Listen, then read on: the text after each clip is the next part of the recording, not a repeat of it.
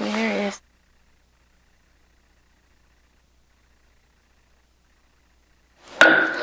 All right, so I'll call our meeting to order. This is the Standing Committee on Public Accounts for January 21st. And as per usual, we'll read the mandate and the statement of purpose and values before we start. So the mandate: the Standing Committee on Public Accounts is charged with matters concerning the public accounts of the province, the annual report of the Auditor General, and fiscal management. This statement of purpose and values. The Standing Committee of Public Accounts on Public Accounts is dedicated to improving public administration in partnership with the Auditor General. The committee examines the administration of government policy, not the merits of it. The committee strives to achieve consensus in its decisions whenever possible. Members take a nonpartisan approach to the work of this committee. So I'll ask for well, first of all, I'll just say welcome to everybody, and this is our first Public Accounts Committee meeting since the holidays, so it's nice to be back and nice to get ready to go for 2020. And I'll ask for somebody to move the adoption of the agenda. We have Robbie Henderson. So we do not have any witnesses for this meeting, so this is a work meeting for us. So what we have is, we do have a couple of items that are still left on our committee's work plan. So we'll go through those, and then we have some upcoming briefings that we'll discuss, and then also any new topics that any of the committee members would like to have the committee look at. We can then review that. So Ryan has provided us with information on the upcoming briefing, so I'll just let you give an update on that, Ryan, if you don't mind. Sure. So next week, the committee has a meeting scheduled for the 28th with Health PEI appearing to review implementation of the recommendations coming out of the 2016 audit on payments to private nursing homes. Then on February 18th, the committee, the notice isn't out for it yet, but we've got a confirmed date for Justice and Public Safety to come in and talk about the implementation of the 2016 audit on the Maintenance Enforcement Program. So that's February 18th, but a notice will go out for that. The briefing that was supposed to be today was the Department of Education on the 2019 audit of early learning and childcare centers. That will be rescheduled. I don't have a date for that at the moment. The committee also had a request to IRAC, and IRAC had indeed requested to appear as well on the petroleum petroleum pricing report. They've indicated they can come in on March 10th, but I'm also working with them to see if there's any possibility that could come in a little earlier than that, given that March 15th was probably when the next Auditor General's report will come out, and the IRAC report came out in December of 2018, so it's been a while now. But anyway, I'll keep you posted on that. That's what's currently scheduled or to be scheduled at the moment. Okay. Any questions on that or comments? Okay, so that's what we have on the agenda. Are there any other briefings that you're currently working other than those ones that you haven't received any responses from the departments that we've requested briefings on, or is there any outstanding correspondence from that perspective? In terms of scheduling briefings, no. Okay. There, as indicated on the agenda, there are some other topics the committee previously added to its work plan several months ago, okay, but those aren't scheduled yet. I'd be looking for direction from the committee if you want to pursue those now or not. Okay. Is there any indication about rescheduling for education, or any timeframes around that, or is it just? No, I don't have a date at the moment, but I will hopefully get one soon. The request has gone out for rescheduling that one. So, any other questions? Okay, so maybe we'll move on to the other topics that had been previously added. So there are there's three on the list. Yep. So that would be part of the summary of the committee business, that one of the handouts that you received. So one of the items is housing. So this item, and Corey, I know you were the one that brought forward this item as a continuation of the previous Assembly's work plan, previous public accounts work plan. So just wanted to ask, do you want to continue with housing being on our work plan? I know part of the plan of the public accounts from the last time was because housing wasn't being talked about and it was a big concern. So just wanted your thoughts on that, or if you think it's sufficiently covered in other committees. Which committee does that fall under? I think it's... Gord? Health and Social Development. Yeah, fall under. that might be an issue that it's probably better suited at that committee, I think, than public accounts.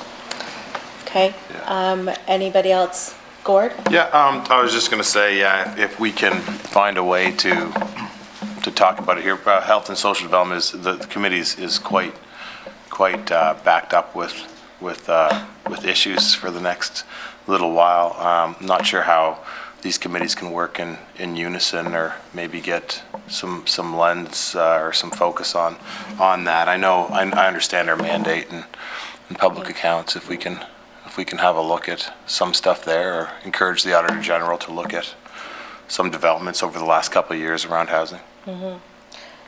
Anybody else with comments on that? Carla Bernard? When we think about the mandate of this committee, where it is being discussed, I know there's backup. We also did some in education and economic growth, was more of a focus on student housing, so not really the full scope of housing as we need it to be. I'm just kind of, when I look at the other list, I understand it was put on because it wasn't being talked about in other committees. It just kind of seems to stand out here, and I don't know what justice we could do it here. Okay. Thanks, Carla. Anybody else with comments? Okay. Gord? We have a meeting tomorrow, but I'll be bringing it up to, we have a work plan meeting tomorrow, so we'll be bringing it up there. Okay. And we'll talk about it, and Corey and I are on that committee, so. Okay. And I also believe, I'm not sure though, but has it come up in the special committee on poverty? That would be another area, right, in which they would probably touch. I would just caution our committee that if we already have 2 or 3 committees that are discussing it, that we probably should look more to talk about the actual public accounts and Auditor General report. I think we have a lot of work to do there. So if we're going to leave it on the work plan, then we can do that until after your meeting, Gord, and then maybe you could come back and give us I guess, an update on what that committee has decided. But and I'll just add too that I'm on the poverty committee, and it hasn't come up because the mandate is so set for poverty that there's no way that it can come up in that committee either. Okay. All right. So is everybody okay with leaving that housing until we find out what the other committees are doing on that? Yeah. Okay. So we have immigration on our list as well. So immigration was brought forward. Sydney actually brought that one forward for us. And do you have the background on, I know you had sent me an email on what he specifically wanted to talk about. It had to do with the sustainability of it. Well, you'd have to go back to the committee's work planning meeting in August, I think, when he discussed it. But essentially on the work plan summary here, I have a bit of a description based on that, and it's immigration, its impacts on the provincial economy and financial situation, its spin-off effects in other social areas such as housing and education, and an overview of provincial programs in this area, including the provincial nominee program. Okay. Does anybody have any comments on this topic?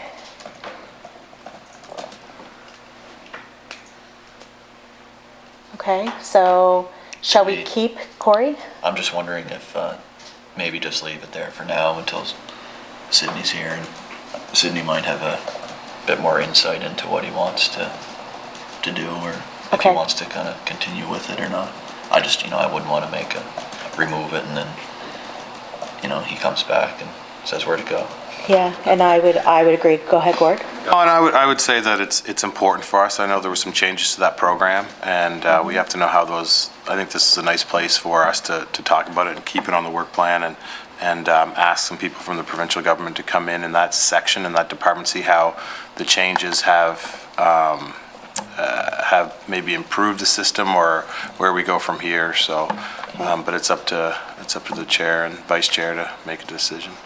Yeah, I'm in agreement with keeping this on.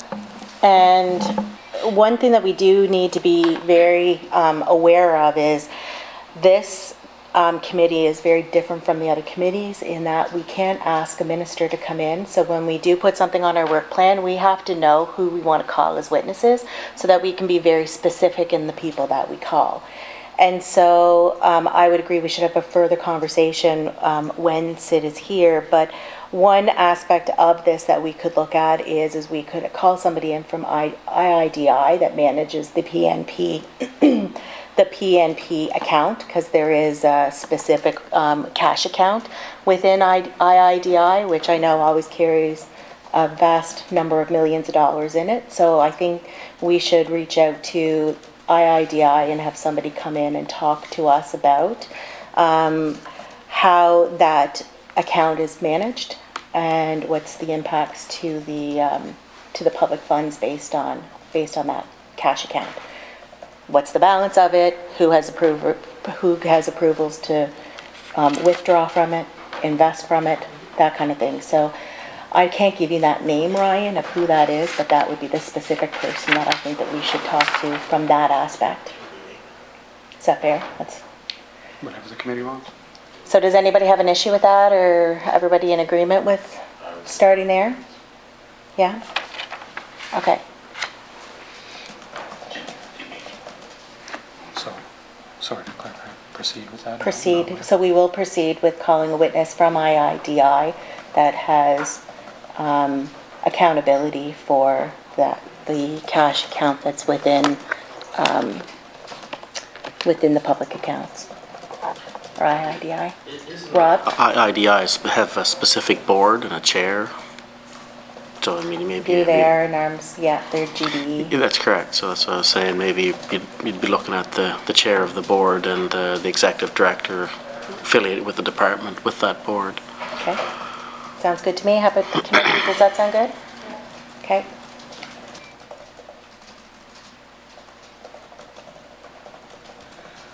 Is there any other aspects of this topic that anybody would like to give input or suggestions of witnesses for at this point in time?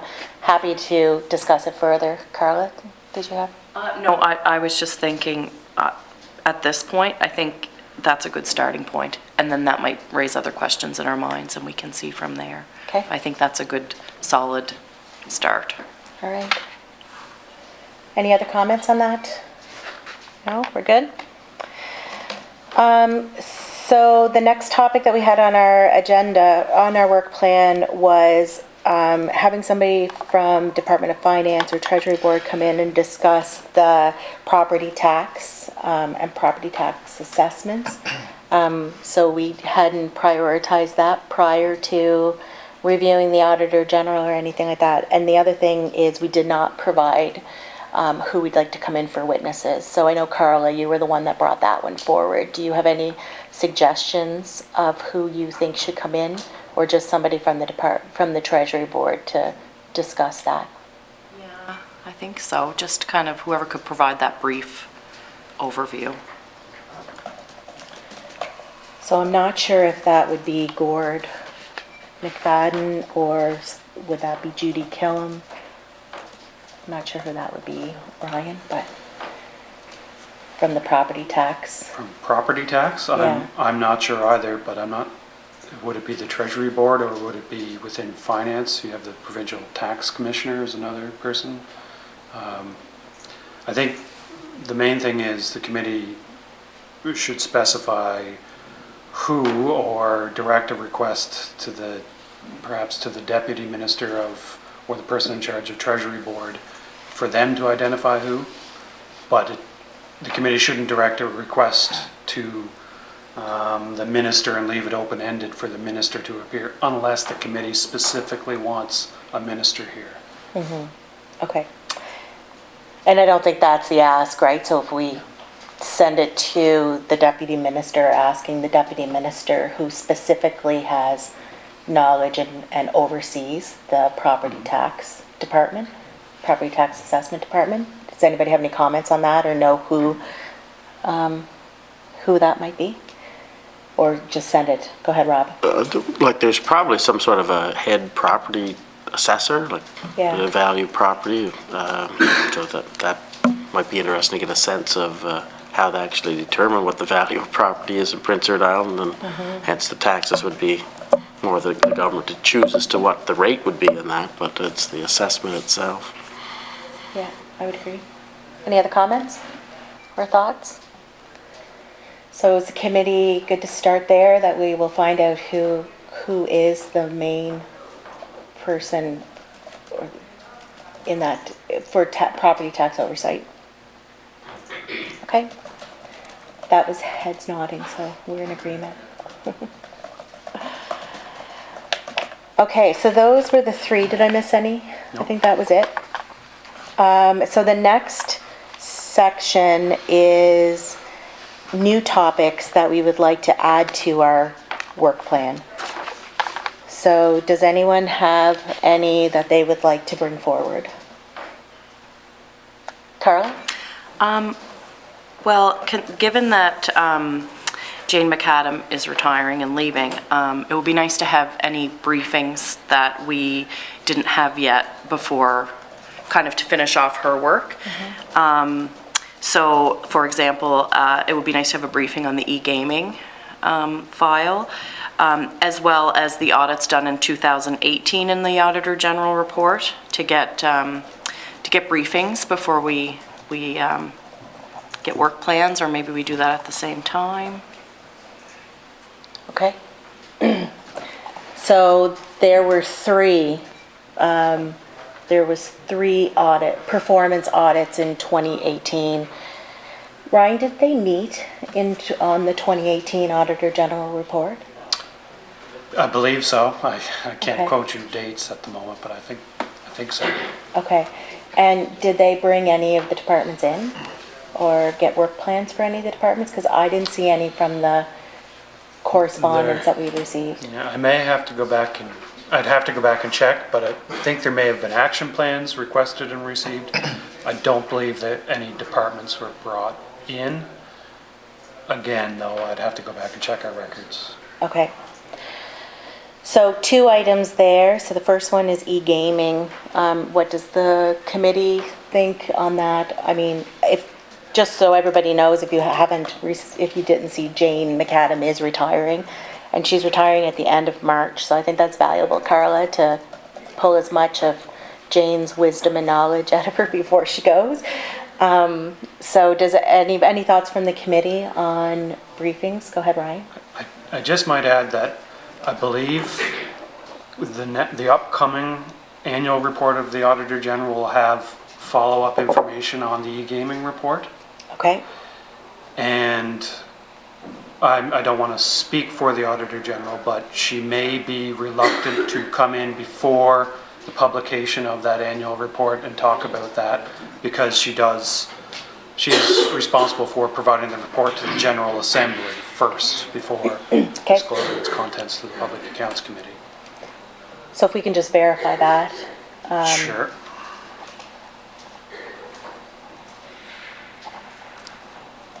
Sorry, Ryan, you said that's part of her.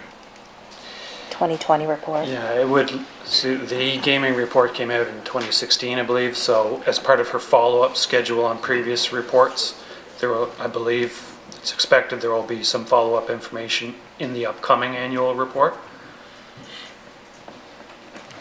Well, Corey?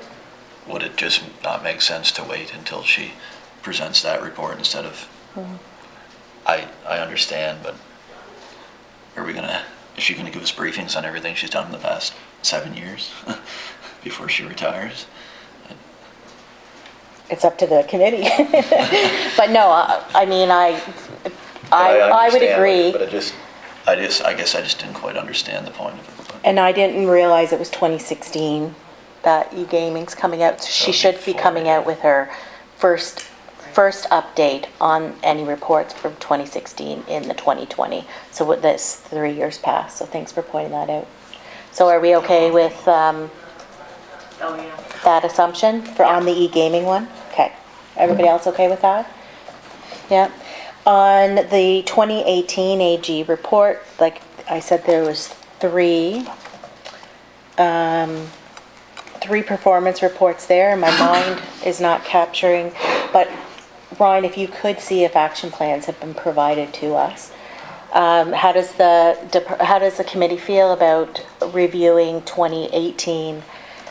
I guess theoretically, if we're, we've reviewed 2019, we're going to start following up on that. It probably makes sense to go on to 2018 and do that follow-up before the Office of the Auditor General has to go and do their 3-year follow-up. I think it'd be nice. But what's the thoughts around the committee on that? Any thoughts? Is the committee okay with going ahead and asking the Auditor General for a briefing for this committee for the 2018 AG report? Yes, yeah. Okay, great. So thank you for that. We'll ask the Auditor General to come in for 2018 briefing.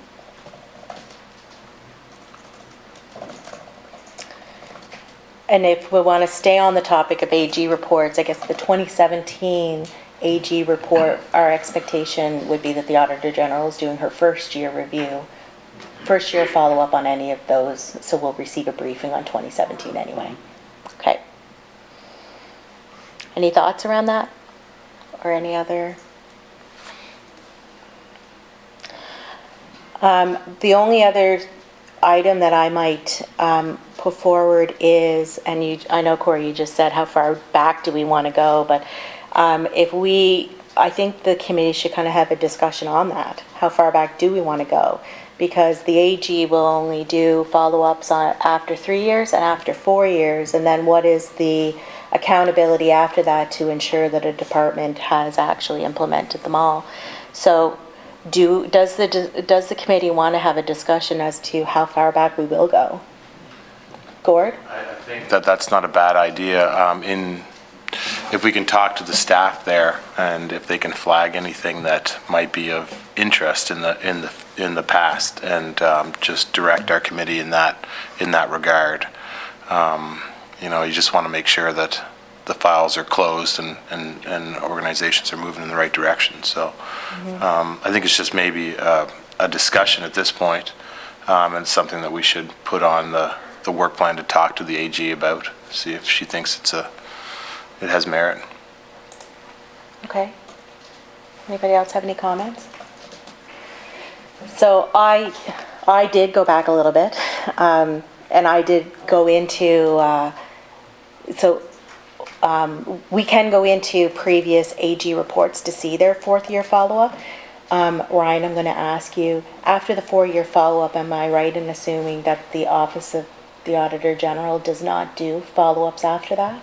As far as I know, they don't. Okay, so I guess we could do that research, Gord, in that we could go into previous Auditor General reports that are past 4 years, so past after that second follow-up, to see what's outstanding and maybe make a list of any of the ones that we want to bring in, especially get a briefing from the AG on them, right, Yeah. over the next week or over Yeah. the next month or two. Yeah. So, Corey? Like, how far back are we? Are we cherry picking? Oh, well, geez, I should have put that recommendation in, but those ones don't matter. Like, after 4 years, I don't know. I guess it just feels like we're kind of going down I don't quite understand why we're going to go back to 2015, 2014, 2013. Anyways, that's just my thoughts on it. Like, Robbie? I sort of agree with where the co-chair is going there. I mean, in the end of the day, how far back do you go in these things? And it's really the opposition's role to identify things out of that Auditor General report and see if they have been followed up. So I look at it more as an opposition's role to do that, from question period to other services. So as far as public accounts, I think it's about going back a few years, and moving things forward to make sure we're setting a standard on how public accountability works within government. Okay, Carla? I think that, we go back and we look at them. If there are some that have, a large number of recommendations, it is our job to get them in here and get briefings for that. Because this committee is about holding government to account. And so I think that it's important. I mean, I don't know how far back you go, but this is work that hasn't really been done for a long time. So it is important that we hold government to account. So I don't care how far back we have to go. If we have the capacity and we see recommendations that have not been implemented, or, I forget the implementation rate that we had from someone we had in here a little while ago. If we don't hold them to account, who's going to?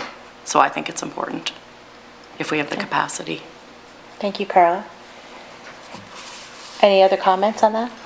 I'd just say it's Gord? part of the cycle to, we go back and identify and have a quick look. You want to be always moving forward and identifying your mistakes of the past, making sure those are there. But it's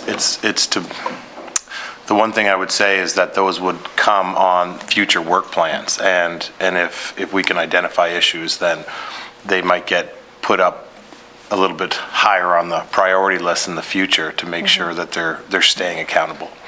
So I think it's part of we just have to figure out a way it works into our cycle of moving forward and looking at the past, but always looking at best practices for the taxpayers. Okay, thanks, Corey. Any other comments on it? Corey? In some of these cases, though, like we're talking, like there could be new directors, new CEOs, new staff. And maybe in some of these cases, a lot of them were actually implemented, but the Auditor General only goes back 4 years, so we don't know if they have been. Like, I know it's important to hold government accountable, but I don't know, like, what do we go to 2010? Do we go to 2005? Do we, like, you can go on forever. Go ahead, Robbie.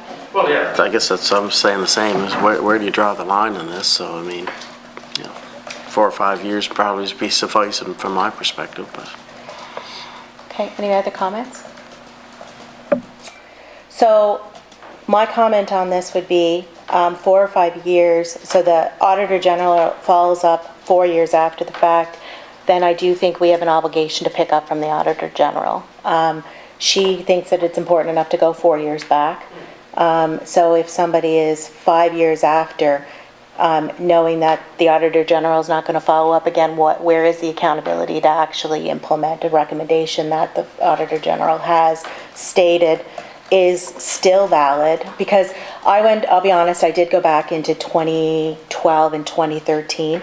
The implementation rates aren't terrible, and there are some where after the Auditor General did her second follow-up, identify that it's no longer applicable, like that recommendation's no longer applicable. So we will run into that when we get into legacy things, legacy performance audits. But I would suggest that we pick a time, like a number of years that we're willing to go back. I just don't think it's okay if a department goes 4 years without implementing a recommendation that the Auditor General still says is valid and still says is applicable, and then nobody is actually following up after that point. What's going to make the department do it if they haven't done it in 4 years? And we have that ability to mandate somebody to do it. So that would be my 2 cents. But I guess the conversation is, how far back is too far back? Do we go back 5 years or 6 years? I would suggest that we at least go back at least 1 year further than the AG's second follow-up. For 5 years. Yeah. That would be for 5 years. What would I mean, we'd be splitting hairs if we said 5 years or 6 years, but I mean, and when do we let it fall off our work plan? When does it get stale dated on our work plan? So that's something I guess the committee has to decide of, you know, how far is too far. I agree, we can't go back, I wouldn't suggest we go back 20 years. I'm not saying going back, you know what I mean? But if seriously, if the Auditor General has followed up and it's still a low implementation rate after a second follow-up from the AG, I believe it is our job to mandate that. It's not a partisan thing where an opposition party would pick it up. It is actually making sure that the policy set out by legislation is actually being followed by government departments. So, Corey? Also, something to keep in mind too is that departments are reorganized quite often, like, you know, when government switches or when there's an election, sometimes, you know, like, departments change, they move certain things to different departments. You know, if you start going back too far, a lot of those departments look different at that time, right? It depends on the government or after they can be changed at any given time, so. That's fair, but I'm just going to make a statement and then I'm going to let, it doesn't depend on the government, it depends on the legislation. So if the legislation hasn't changed since the Auditor General had done the performance audit, then it doesn't change the fact of whether that policy should have been followed or not. Do you know what I mean? Unless it's a legislation change, it doesn't have anything to do with a government change. Anyway, I'm just saying, you know, if we're going to start calling in departments and, you know, anyway, I think 4 years, the AG is plenty, that's my vote, but. Okay, Gord? I would say that, you know, I don't mind. I think we're all in this for the same reasons. And I think that if we could do almost like a trial, we'll pick 3 or 4 topics in that 5 to 6 year range, maybe, have a look at them and then assess were we able to do, were the policies still relevant? Is it more IT stuff? When you go back 5 or 6 years, you're thinking about a lot of probably IT changes and updates and such. So if we go back into that 5 or 6 year range, we can pick 3 or 4 topics and then evaluate were they beneficial to the taxpayer at the end of the day. And that's really what it boils down to. So that would be I don't mind going forward, but we have to make sure that our work here is relevant. And that may be a suggestion that we could pick up on, almost like a pilot kind of thing as a committee. Okay. Any other comments? So does anybody want to, I guess, so we would have a little bit of disagreement as to how far back we go. Does anybody want to put forward a motion to the committee to say, like Gord or Corey, would either of you like to put forward an idea to the committee as to how far back we go and how we should proceed at this point in time so the committee can make a decision? I would put forward a motion that we follow the AG's 4-year review.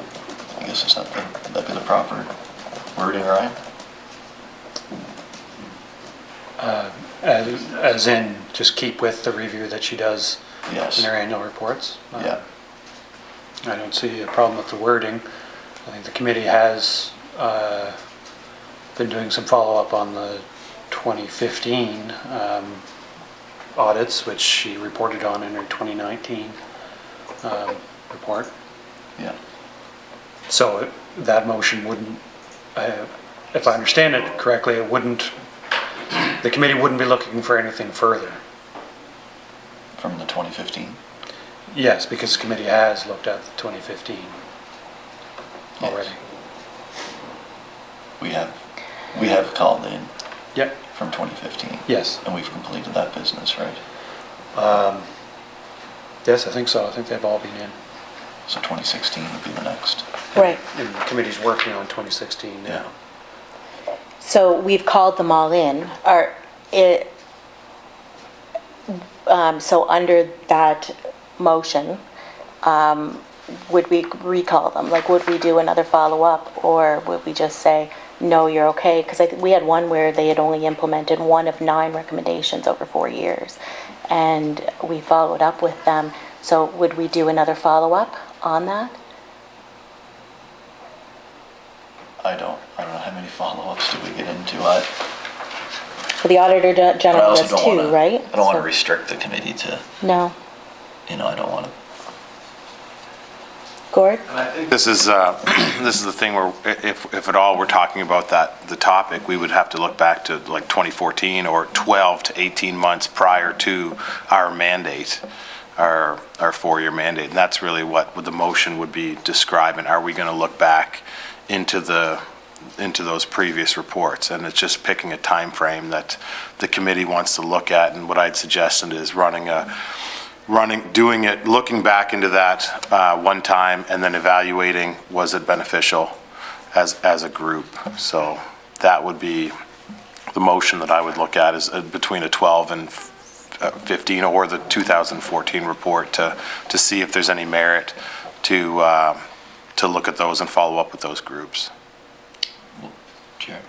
Corey? What if, perhaps instead of trying to get a motion passed and whatnot, if there's something that's from a 2013 AG's report, and someone thinks that there was a recommendation that was really important that wasn't implemented, then they just bring it to the committee the next time we meet, and if we want to send a letter about it, we can.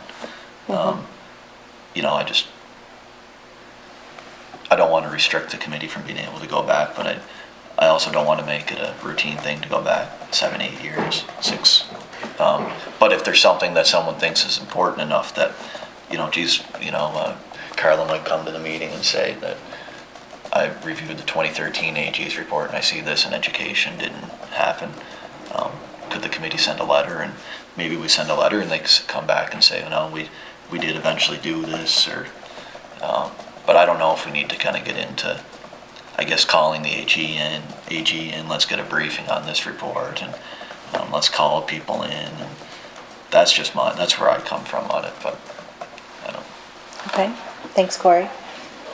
All right. So there's a motion on the floor. I move that we follow the 4-year review system. If that's not what the committee wants to consider anymore, that motion, should get a unanimous consent to withdraw the motion, because it sounds like something else is being considered at the moment. Okay, Can I withdraw the motion? We can It do- requires unanimous consent. Yeah. so we require unanimous dissent, consent to withdraw that motion as it stands and consider another option. Does the committee get that? Okay, so we'll withdraw that.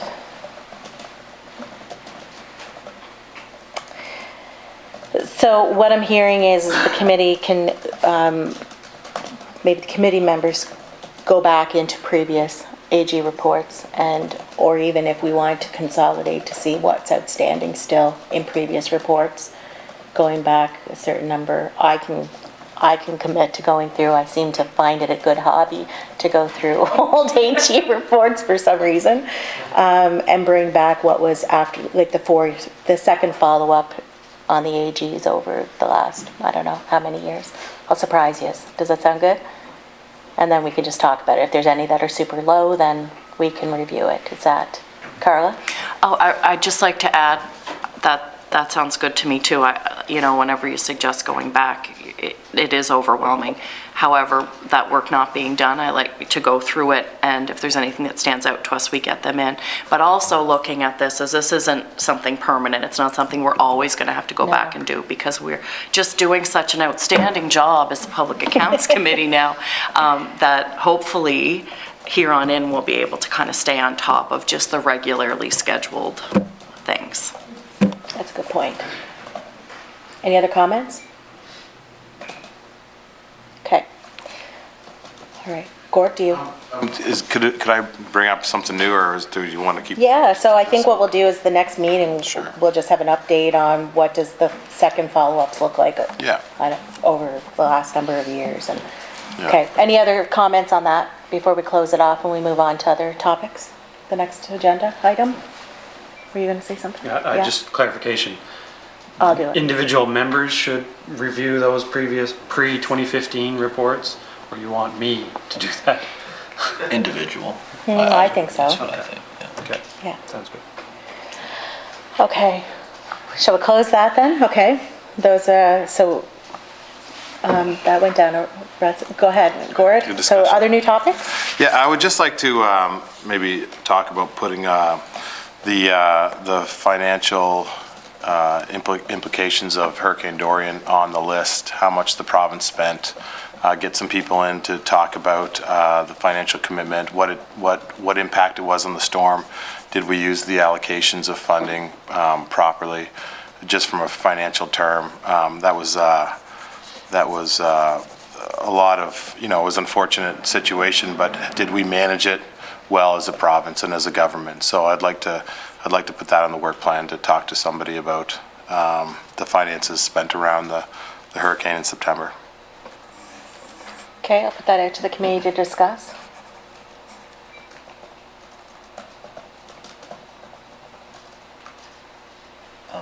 Corey? Isn't, I think it's your own committee, Gord, that's looking at the response to Dorian. I know you're talking about finances here, but I'm assuming there's a report that's going to come out with.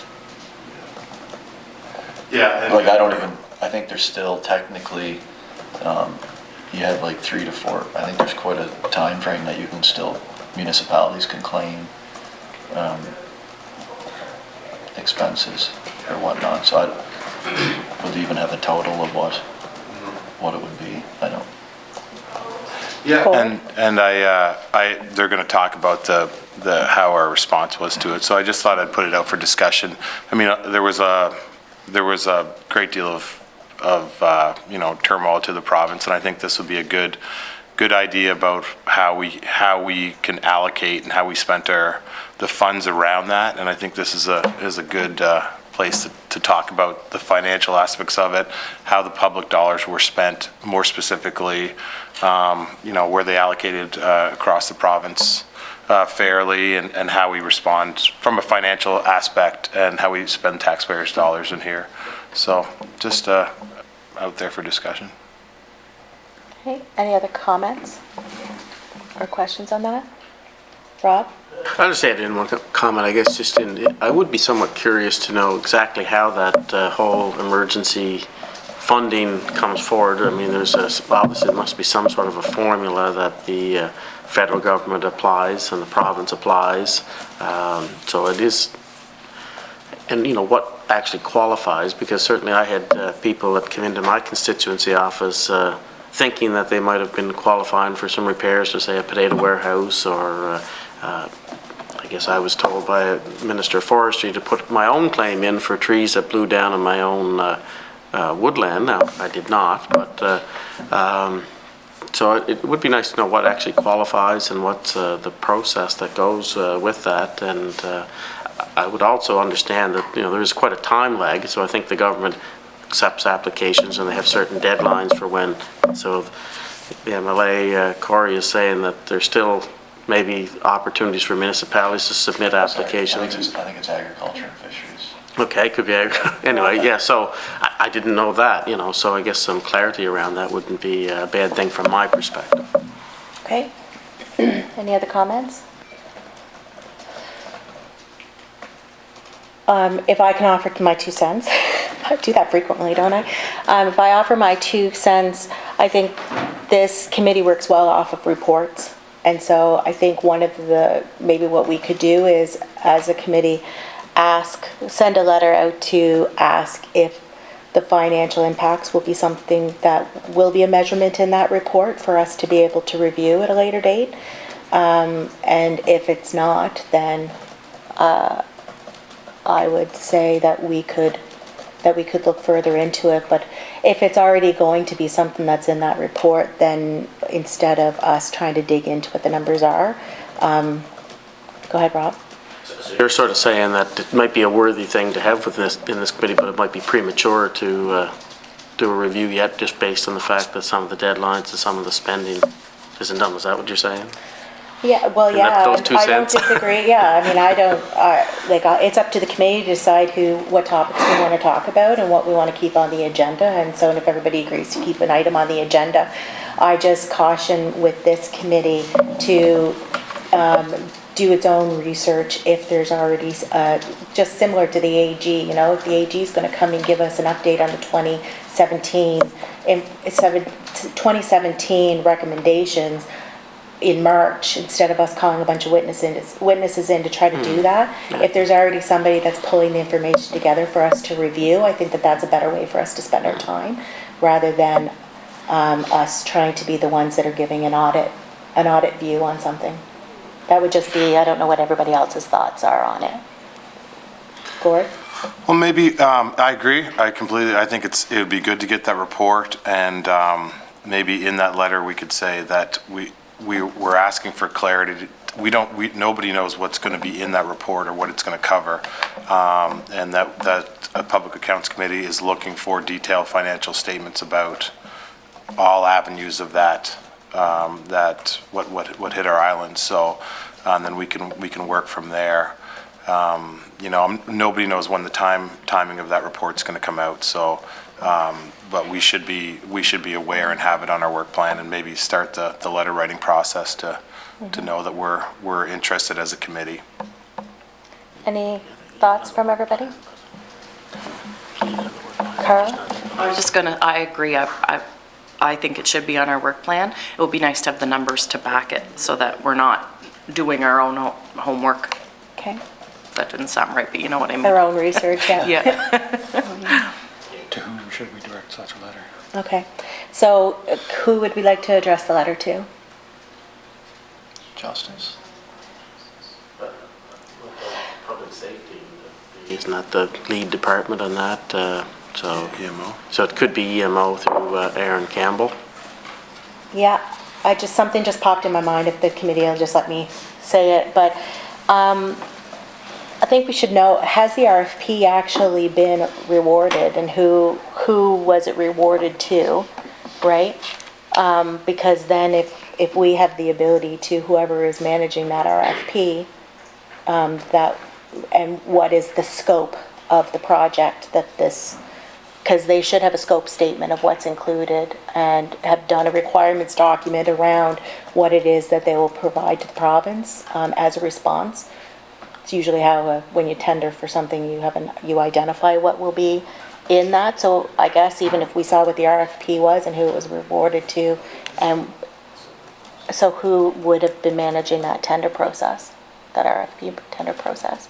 I don't know. That was just a thought that I had. Would that be for would that be for the report? Are we talking about for? Yeah, there was an who's writing? RFP put out for the report, right? And it would have gone through a tendering process of who was rewarded the RFP.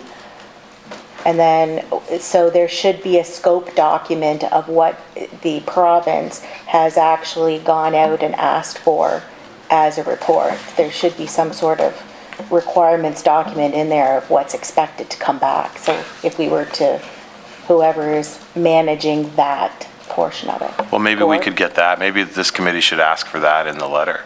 Ask for the scope document to be shared with this committee. I'm guessing that would have gone out, but at least the requirement, agreed upon requirements would have, you know.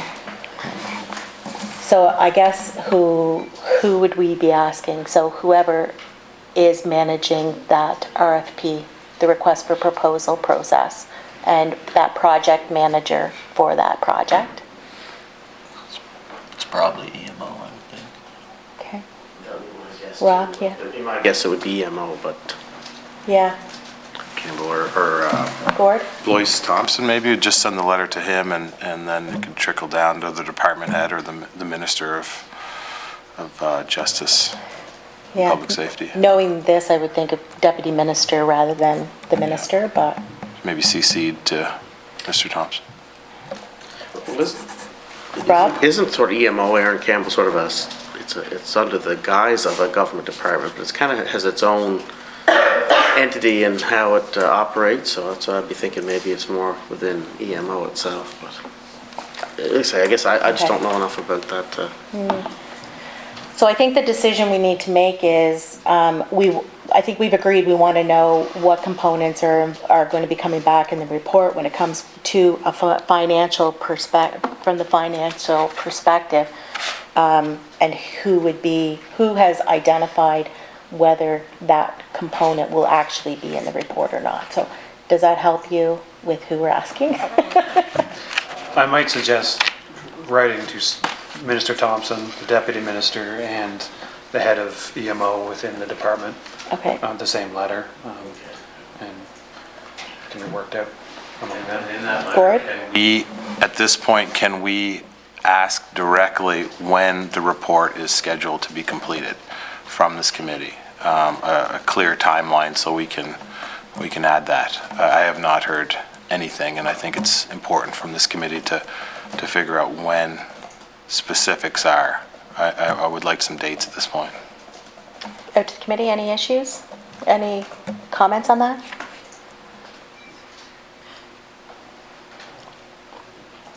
I don't see why a date shouldn't be. I think measurements are important, so I don't see why there shouldn't be a date attached to that, so I have no issue with it.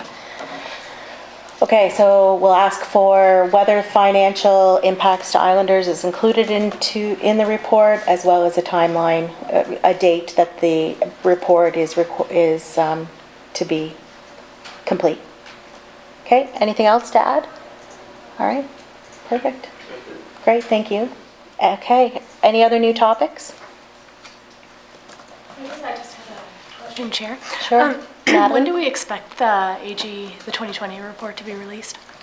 So as per the Audit Act, it has to be released by March 31st. By March 31st, okay. So I think Ryan alluded somewhere between March 15th and March 31st, and the process of that is it would be the Speaker would present it to the Legislative Assembly. So it would come in, if we're not sitting, then it would come in as a table document. Okay. And then we'd have access to it then. So somewhere late March. Okay, so it's Natalie? obviously, we can't expect for the AG to provide any briefings on the most recent report, is that?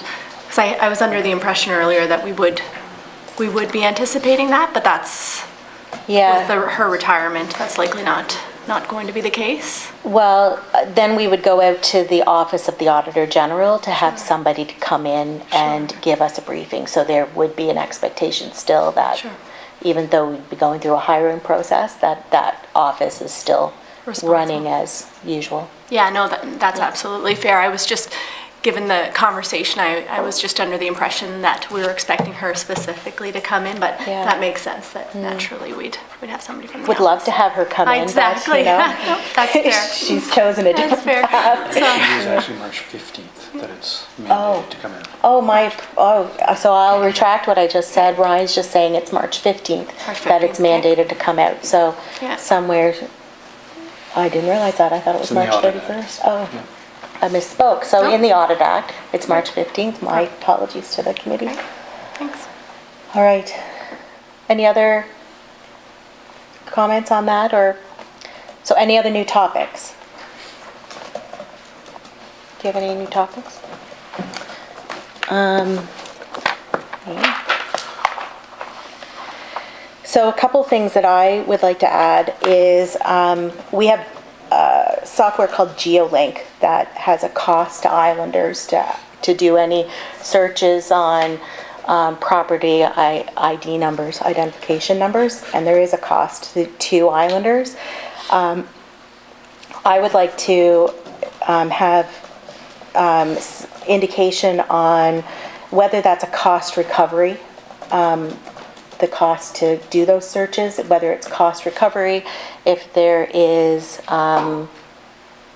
money that the province makes off it. Anyway, so I'd like to understand more about that, and if it makes sense to even have it as a cost to Islanders to be able to look up those property ID information.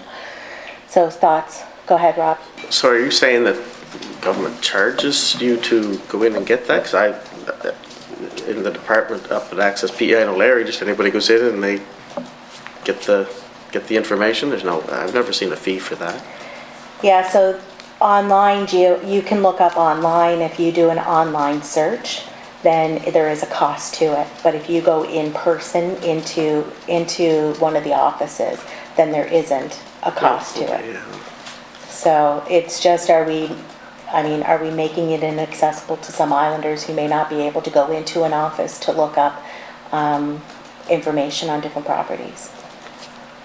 Ron? So is the cost for the use of the computer and have somebody, like, to download the program to do GeoLink, or is it an actual cost when you use it? Like, say, in other words, you have GeoLink on your computer, Yeah. and then every time you use it, there's a cost? I guess I'm maybe a bit old-fashioned. I just would go into the Access PEI and get that information. Yeah, So yeah. they print it off for me, and there it's there, and That's right. My understanding, it's per use, so per search.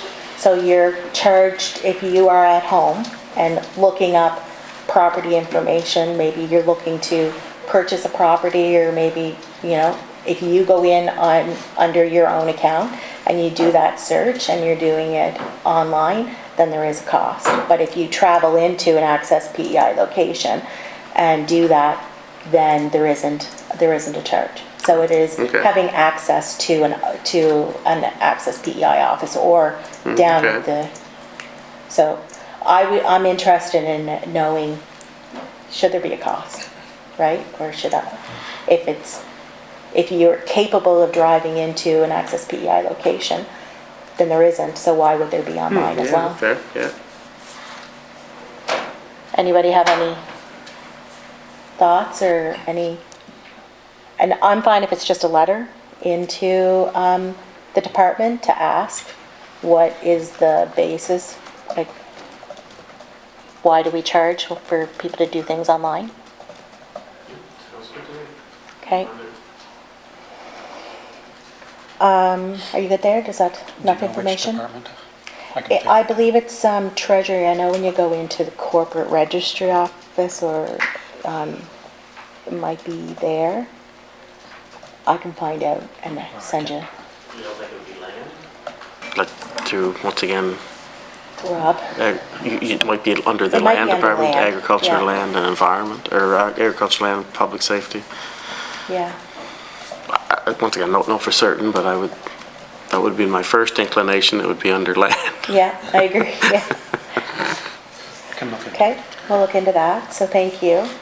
And then from the perspective of the corporate registry, so I know we had, I guess what this topic is around its corporate transparency, and there's been a lot of discussion on corporate tax rates, I know, throughout the election and everything. And I'd be interested in just understanding, having somebody to come in and talk more about corporate tax rates. When does somebody, I guess, qualify for tax rebates, or sorry, like tax credits, and is it available to everybody, and kind of what's that transparency around the Corporation Act and that kind of thing. So I'd be interested in having a briefing, if anybody else would be, around corporate taxes, just to see. It's a significant amount that goes into the public funds, and I just want to know basically what that is. How much do we get back in corporate rebates? Who qualifies for corporate rebates, and who doesn't? That kind of thing. Does anybody have any comments on that? Would the committee be open to asking for, would it be Treasury Board or Department of Finance to come in and talk about that process? one of the two. So who I'm is not responsible? Okay. Any issues with us proceeding with that on the agenda? Okay, on the work plan?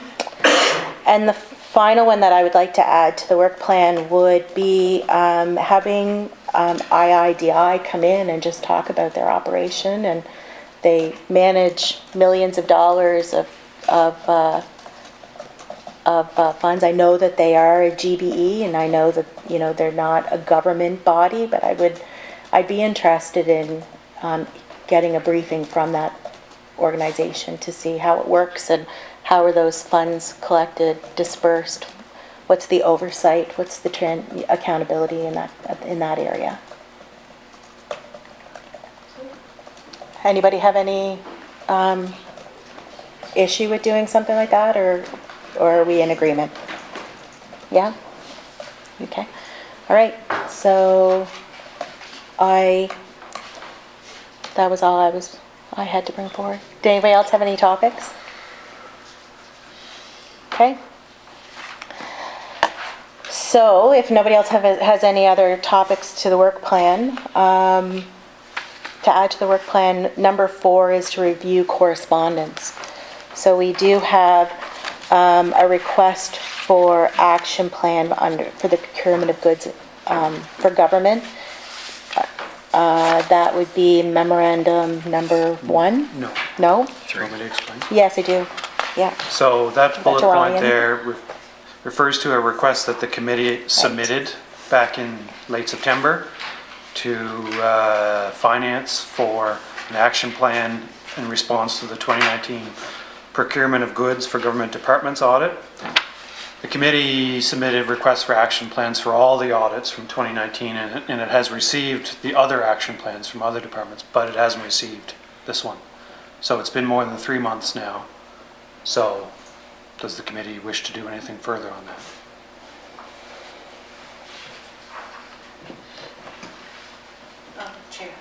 Carla? Which one was that you're talking about?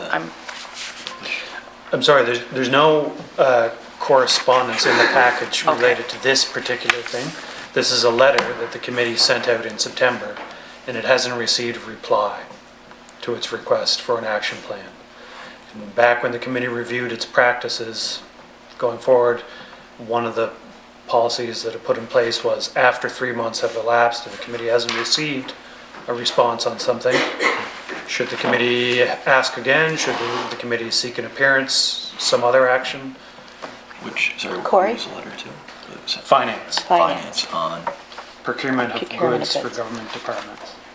As part of the oh, 2019 yes, yeah. AG report.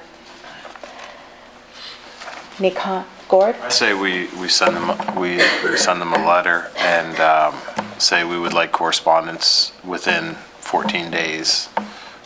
Shrink the time down a little bit, and then if we don't hear correspondence, we'll book you in to come in and speak about it. Okay, thank you, Gord. Any other comments on it? No? Or whatever the chair wants to do. Well, no, it's not up to what the chair wants to do. I would agree. I would say, like, just have them come in, right? But I'm fine with giving them 14 days to give us an action plan as well, and then ask them to come in. But I think that we gave them 3 months to provide an action plan, and I think we need to take another step. I would agree. I say Gord? 14 days. Because if the ledge sits very soon after April, we want to have a window of opportunity to make sure during the month of March to bring them in, I think, before the legislature sits. Okay. Anybody have a problem with that? Send them another correspondence asking for a second request on an action plan. And if they don't respond in 14 days, then we send them out some dates. Okay, everybody okay with that? Sounds That's good. great. Awesome, great guys and gals. So the next one is a response to the formal request to Deputy Minister of Finance to follow up information arising from November 27th meeting. So that November 27th meeting was the meeting that we had where we had them give us a briefing on the public accounts for 2019.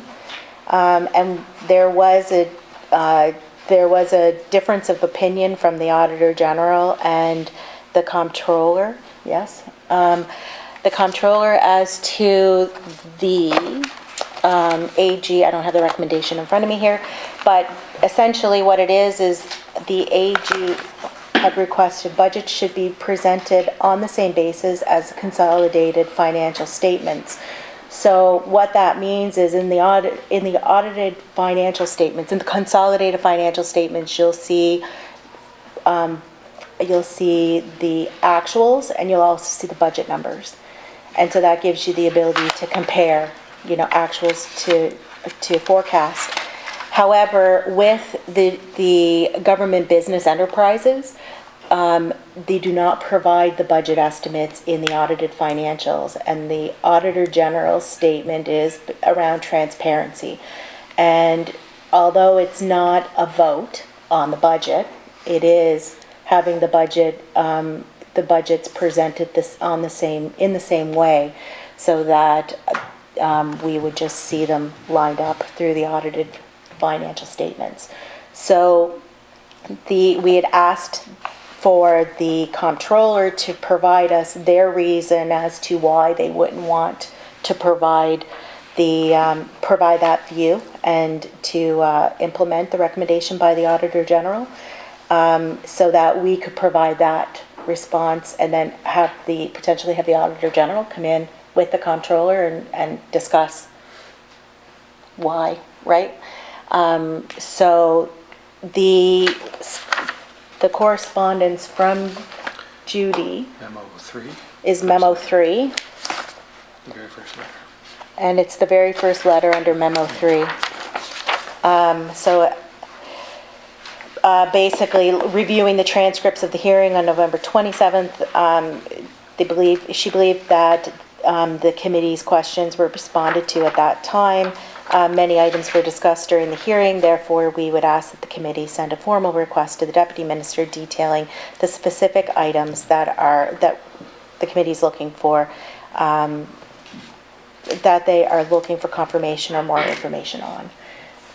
So the question is to the committee, are we okay? Do we just write a letter and say this is what we wanted clarification on based on its number, recommendation 8.33, as to why budgets that should be presented in the same base consolidated financials is not being implemented? And correct me if I'm wrong, Ryan, but that isn't a recommendation that has been in the Auditor General's report year over year, correct? I do believe it's appeared in previous years, yes. So how does the committee want to proceed? Do we just want to send the correspondence specifically what we're looking for? The reasoning behind it? Sure. Corey? That's- Sure, so we're good with that. We'll just clarify exactly what we're looking for in regards to recommendation 8.33. Okay. Right, I'll go back to got all my books open. Sorry, that's your book, Ryan. I'll steal it from you. Okay, so the committee agrees that we will send correspondence just to clarify what we're looking for. Okay, so that was the review of the correspondence. Is there anything else I missed there before I go on to new business? Okay.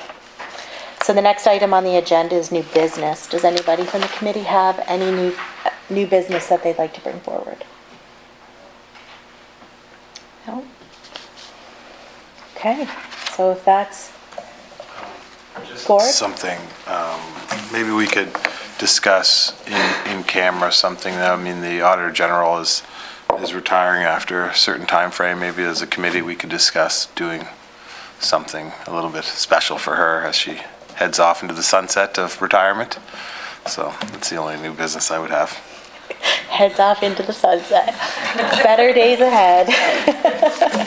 Yeah, I think that would be a nice thing to do, Gord. She's put a lot of her heart and soul into this province in her role. So, yeah, I would be interested in a send-off.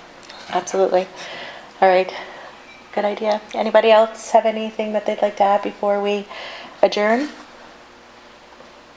Okay, so I'll ask for, do I need a motion for adjournment? Yes. I'll ask for a motion for adjournment. Why do I ask that every single time, right? I do.